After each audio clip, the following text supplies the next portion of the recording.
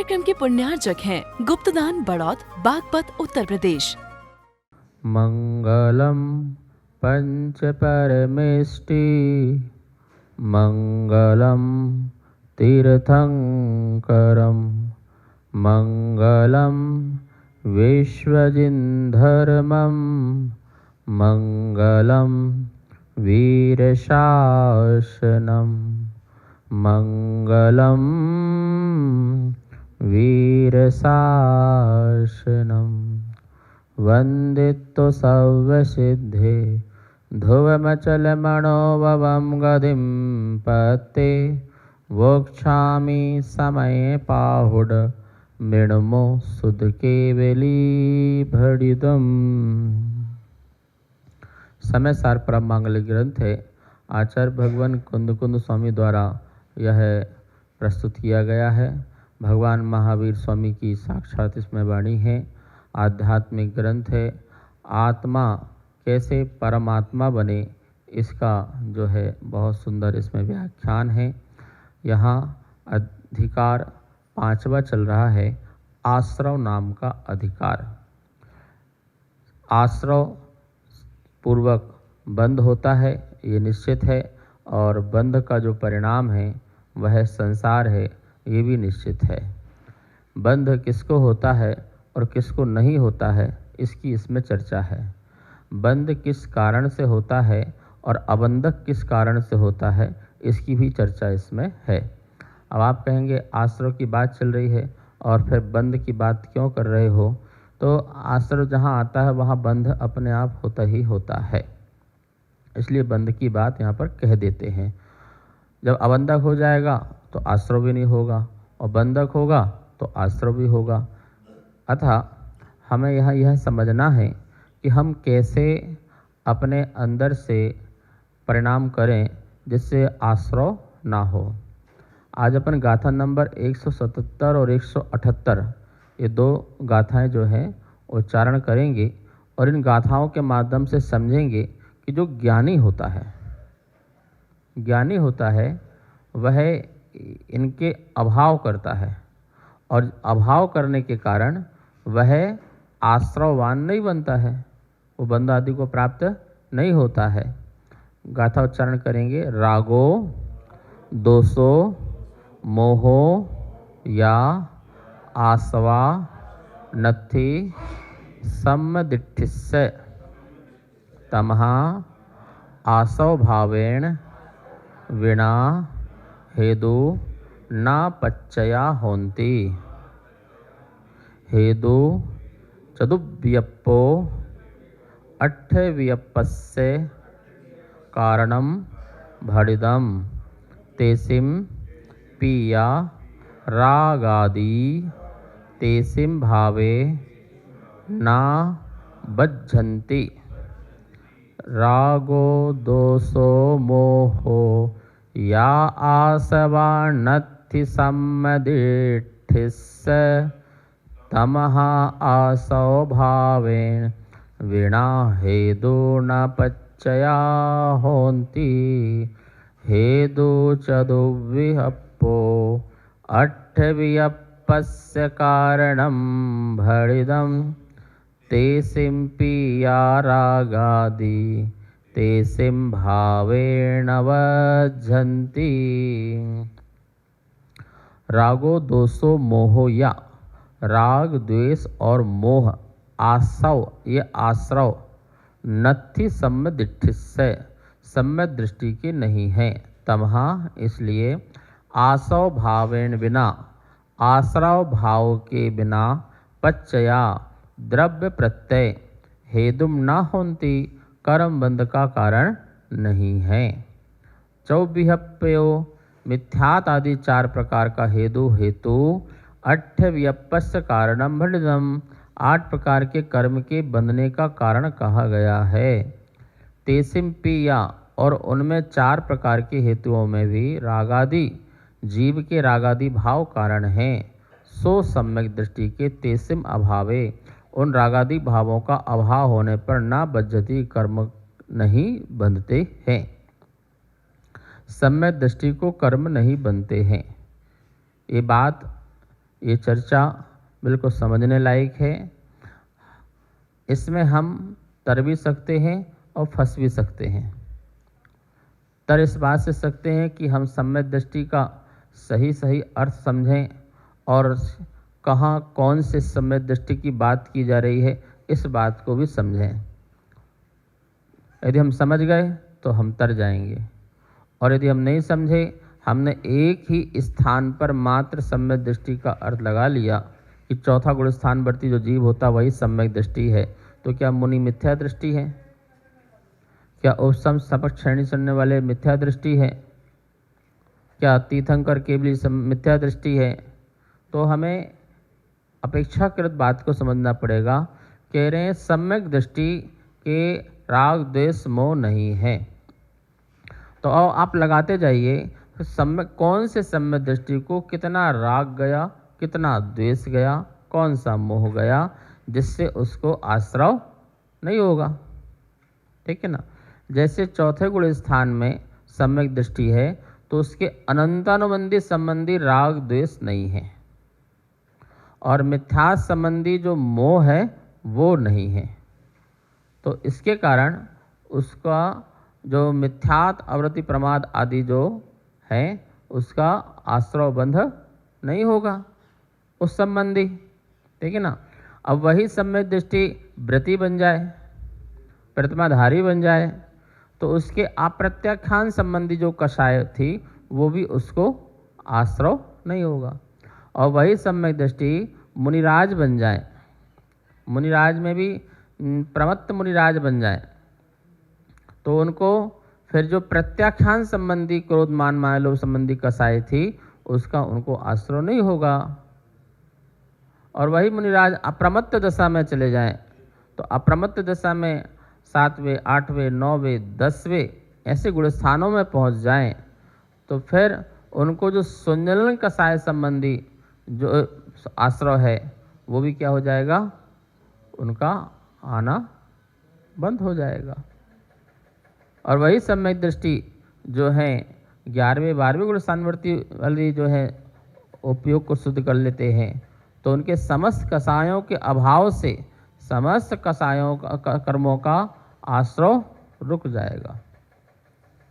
कह रहे हैं 4 ही तो ऐसे कारण है ना जो 8 कर्मों के आने के कारण बनते हैं, मिथ्यात आवृत्ति प्रमाद और यहाँ योग जो दिया है। 4 कारण दिए हैं, ये 4 प्रत्यय हैं, 4 हेतु हैं, 4 साधन हैं, कारण हैं, 8 ज्ञानावरणादि 8 कर्मों के आश्रय के। तो कह रहे हैं कि ये 4 हेतु जो थे, इन 4 हेतु संबंधी जो राग आदि है, मतलब राग द्वेष मोह है, सम्यक दृष्टि इसका अभाव करता है, इसलिए उनके 8 कर्म जो हैं वो बंध आदि को प्राप्त नहीं होते, आश्रय को प्राप्त नहीं होते हैं। और इसी बात को यदि कोई व्यक्ति बोले कि सम्यक दृष्टि को कर्म राग द्वेष मोह नहीं है, उसको आश्रय नहीं है, तो भैया मात्र सम्यक दृष्टि चतुर्थ गुण स्थानवर्ती, मात्र सम्यक दृष्टि इसलिए बोल रहा हूँ वहाँ पर चारित्र नहीं है। ज्ञान तो है पर चारित्र नहीं है। क्या करना क्या नहीं करना इसका ज्ञान तो है, लेकिन जो नहीं करना चाहिए उसे छोड़ दे ऐसा नहीं है, ऐसा चारित्र नहीं है। इसलिए उसके अंदर ऐसी स्थिरता संयम की अभी नहीं है। तो ऐसा असंयमी सम्यक दृष्टि, आप उसे एक अच्छा वर्ड दे सकते हैं, असंयमी सम्यक दृष्टि। सैद्धांतिक परिभाषा में असंयत सम्यक दृष्टि शब्द दिया है। असंयत सम्यक दृष्टि अर्थात जिसके संयम नहीं है ऐसा सम्यक दृष्टि। अब देखो गाथा में कहीं खुलासा तो नहीं लिखा कि असंयत सम्यक दृष्टि या संयम सम्यक दृष्टि, वो तो हमें लगाना है ना। गाथा पढ़ते समय गाथा का शब्दार्थ, गाथा का नयार्थ, गाथा का आगमार्थ, गाथा का मतार्थ, गाथा का भावार्थ, ये 5 चीज़ों से हमें गुजरना चाहिए, तब गाथा का अर्थ हमें अच्छी तरह से समझ में आएगा। हमने शाब्दिक अर्थ लगा लिया सम्यक दृष्टि, बस इसको पकड़ लिया। अरे हाँ सम्यक दृष्टि है तो किस नय से है, किस आगम से है, किस मत से है, किस भाव से है, ये सभी लगाओ ना, तभी तो समझ में आएगा। समय सारी लोग, कुछ लोग भटक गए, अरे हम तो सम्यक दृष्टि, हमें तो कोई कर्म का आश्रय नहीं होता है, और बढ़िया रात्रि भोजन भी कर रहे हैं, पार्टी सार्टी में भी लगे हुए हैं, दिन रात मौज मस्ती के कार्य भी कर रहे हैं, अपने सांसारिक पूरे कार्य कर रहे हैं, और कह रहे हमें क्या नहीं हो रहा, आश्रय नहीं हो रहा। अरे भाई इतना ही सरल है, सम्यक दृष्टि को आश्रय नहीं होता है तो फिर उसके आगे की श्रेणी को बोलने की जरूरत क्या थी तीर्थंकर को, गढ़धरों को, संयमियों की जरूरत क्या थी फिर, और फिर उनको भी क्या जरूरत थी। फिर तो जैसे अन्य जैनेतर के भगवान होते हैं घर में रह करके, ऐसे ही रहते और वहीं उपदेश देते रहते, भाई तू तो यहीं पे रह करके भगवान है, तो राग द्वेष मोह से मुक्त है, तेरी आत्मा ये कुछ नहीं करती, तेरी आत्मा तो शुद्ध और बुद्ध है, ये विकार तो आते और जाते हैं, तुझ में कुछ नहीं होता, तू तो चेतन था, चेतन है, चेतन रहेगा। भाई ये चेतनपना तो मेरा कभी नष्ट नहीं होगा ना। मैं आपसे प्रश्न करता हूँ, यह आत्मा चेतन रहे, इसके लिए आत्मा को कौन सा पुरुषार्थ करना पड़ेगा, ऐसी कौन सी मेहनत करना पड़ेगी कि मेरी आत्मा अनादि से अनंत काल तक चेतन ही बनी रहे, अचेतन ना हो। तो इसके लिए क्या क्या करना पड़ेगा पुरुषार्थ आत्मा को? बोले भैया कुछ नहीं करना पड़ेगा, ये तो वस्तु का स्वरूप है ना, चेतन चेतन ही रहेगा, अचेतन अचेतन रहेगा, चेतन कभी अचेतन नहीं होगा, अचेतन कभी चेतन नहीं होगा। तो इसके लिए क्या पुरुषार्थ, परमाणु परमाणु ही रहेगा, वो परमात्मा नहीं बन जाएगा, तो इसके लिए क्या पुरुषार्थ, और परमात्मा परमात्मा रहेगा, वो कभी परमाणु नहीं बन जाएगा, तो इसके लिए क्या पुरुषार्थ। जो द्रव्य जैसा है, जो वस्तु जैसी है वो वैसी रहेगी ना।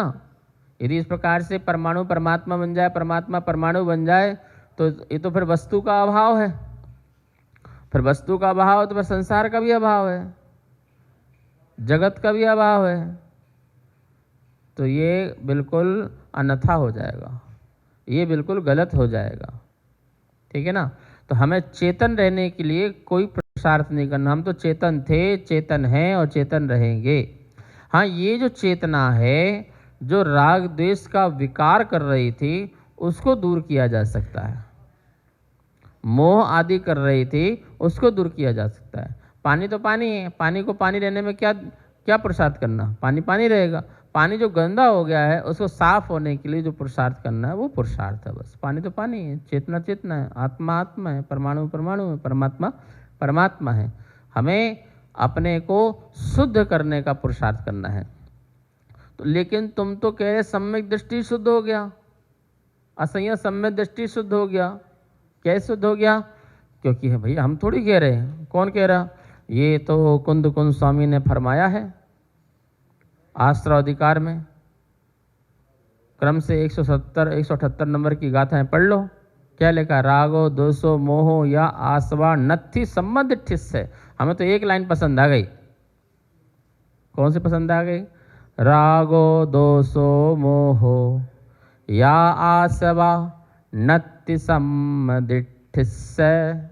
हमें तो ये बात समझ में आ गई। क्या समझ में आ गई? सम्यक दृष्टि को राग द्वेष मोह नहीं होता है। तो हम आपसे पूछ रहे हैं केवलियों को क्या होता है, फिर अरहंतों को क्या होता है, तीर्थंकरों को क्या होता है?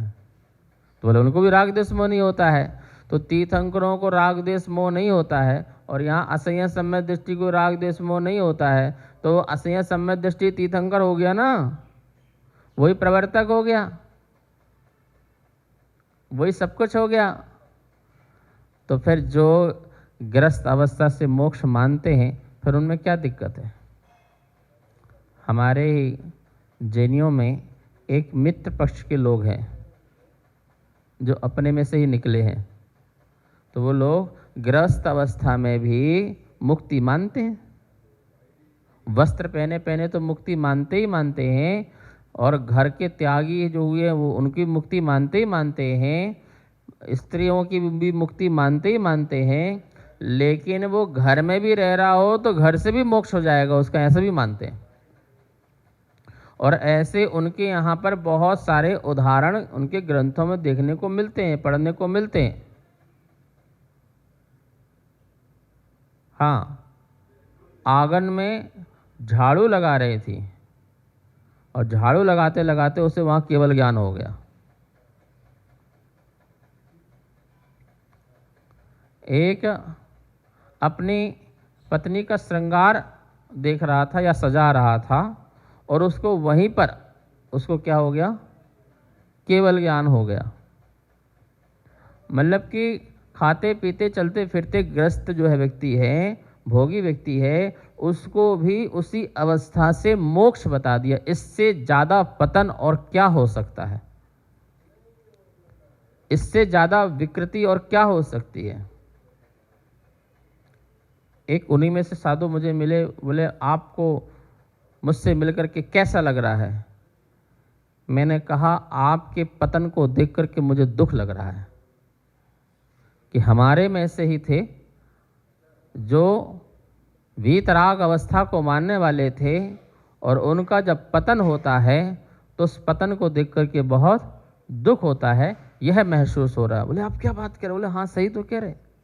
कहाँ आप महावीर के दिगंबरत्व को धारण करने वाले थे और आप एक काल में ऐसा आया और उस काल में एक मजबूरी बस इस भेष को धारण करना पड़ा क्योंकि हम अकाल मरण अपना नहीं करना चाह रहे थे।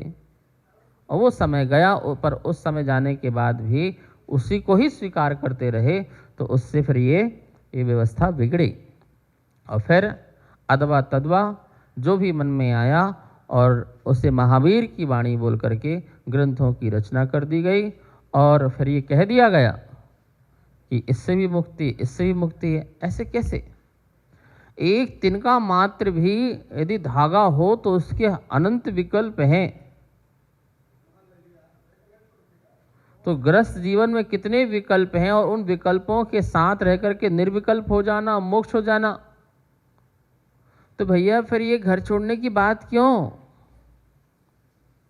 फिर सन्यासी साधु बनने की बात क्यों, साध्वी बनने की आवश्यकता क्यों, परिग्रह परिवार छोड़ने की जरूरत क्यों? वहीं पर रहो, जब समय आएगा, टाइम आएगा, मोक्ष हो जाएगा।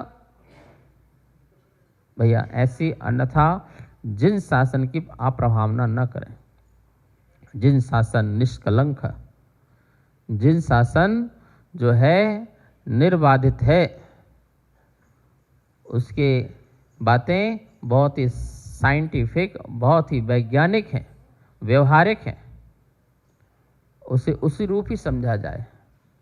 नहीं हमें तो ये कुंद कुंद की बात समझ में आ गई है। क्या बात समझ में आ गई है? रागो द्वेषो मोहो या आसवा नत्थि सम्मदिष्टि से सम्यक दृष्टि के आश्रय नहीं है। क्यों नहीं है? क्योंकि कारण बताया, रागो द्वेषो मोहो,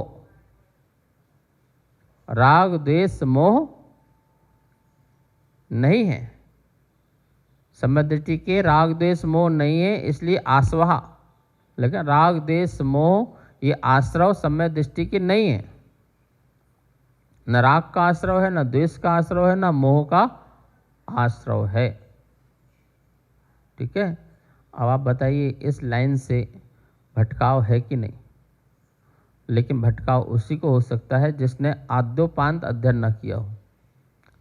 172 नंबर की गाथा में देखेंगे तो वहां पर लिखा है, दंसन नाण चरितम चम परिणमदे जहन्न भावेन। जो सम्यक दृष्टि, सम्यक दर्शन, ज्ञान चरित्र से जगन्न रूप से परिणमन करता है तो उसके विविध विभियेण पुग्गल कम्मेण बज्जदी नाणी, उस ज्ञानी के अनेक प्रकार के पौधलिक कर्मों का बंध होता है। जगन्न दर्शन, जगन्न ज्ञान, जगन्न चारित्र गुण का जो परिणमन उसका हो रहा है, तो निश्चित है कि जगन्न दर्शन ज्ञान चरित्र का हो रहा है तो पूर्ण दर्शन ज्ञान चरित्र शुद्ध नहीं है। इसे जगन्न रूप से परिणमन हुआ तो अशुद्ध परिणमन हुआ, और अशुद्ध परिणमन हुआ तो उसके विवियेण पुग्गल कम्मेण बज्जति। जब हम आद्योपान स्वाध्याय नहीं करते हैं, मां सिंहावलोकन करते हैं, तो वहां पर दिक्कत आती है। आद्योपान शुरू से लेकर के अंत तक आगे पीछे का विवरण को, प्रकरण को देखते हुए हमें पढ़ना चाहिए और व्याख्यान करना चाहिए और समझना चाहिए। हमने माँ सिंहावलोकन किया, जो पेज खोला, गाथा दिखी, श्लोक देखा और हमारे मतलब की चीज़ लिखी, हमने उतना कट कॉपी पेस्ट किया और लोगों को मिथ्यात में लगा दिया, संसार में भटका दिया, स्वयं भटके और दूसरों को भी भटका दिया। इसलिए हमारे यहाँ पर उपदेश तभी है जब पहले वाचना हो जाए।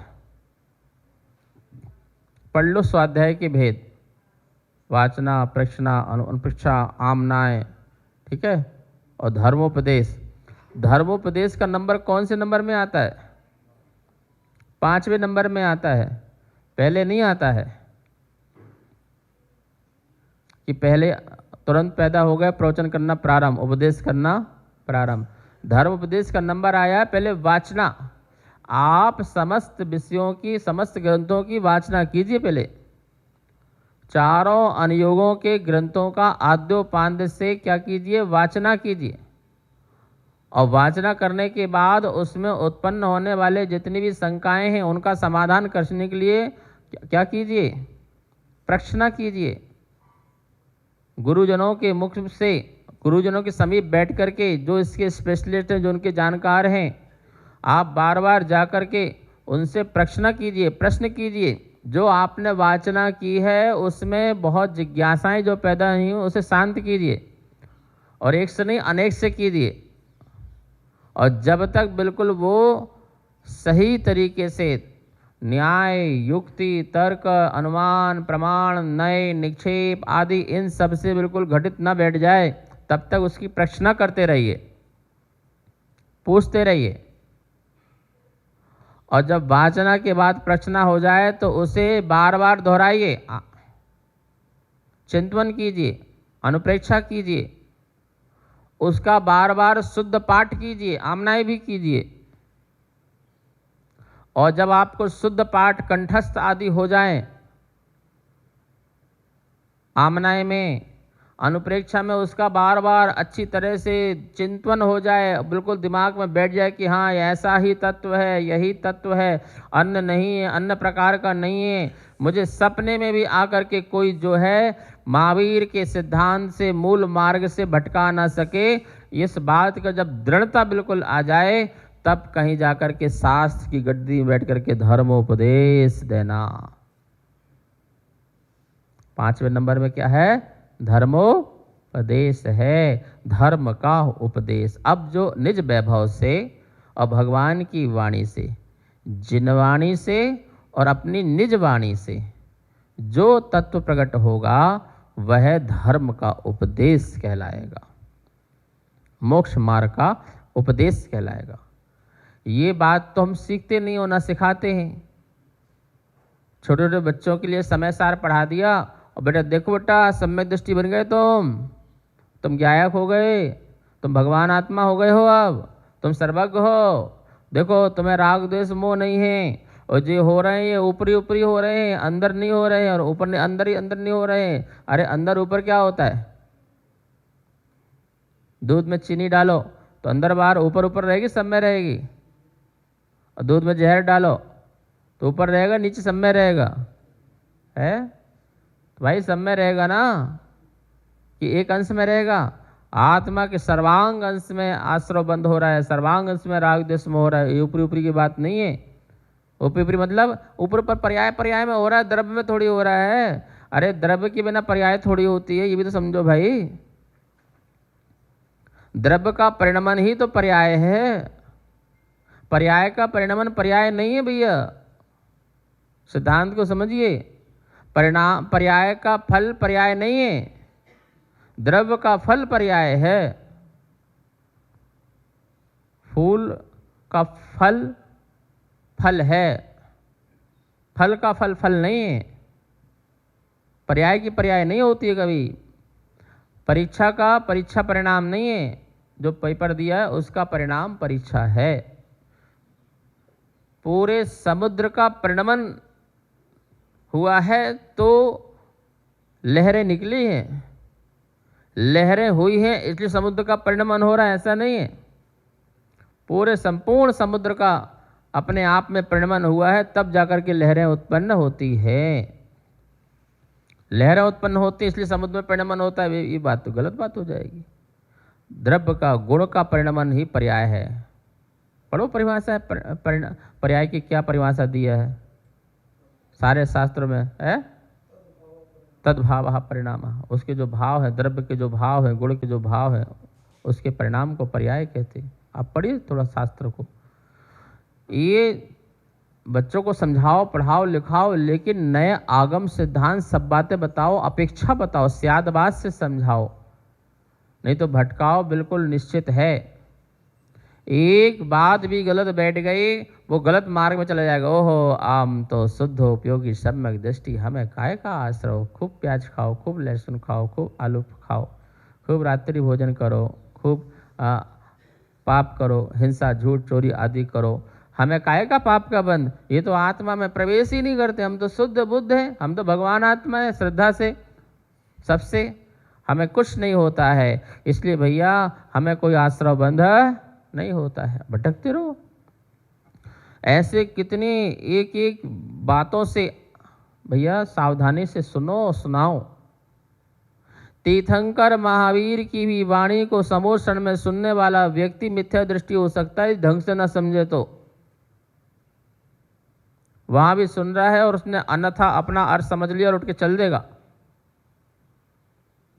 वहां भी मिथ्यात्व कर्म का उसका उदय आ सकता है। सोचो, साक्षात उनके सामने आ सकता है, फिर तुम्हारा क्या। इसलिए विषय को अच्छी तरह से खुलासा करके, और तुम्हें ना समझ में आए तो तुम मत समझो, जिनने समझा है उसको तो समझा दो, उससे समझ लो।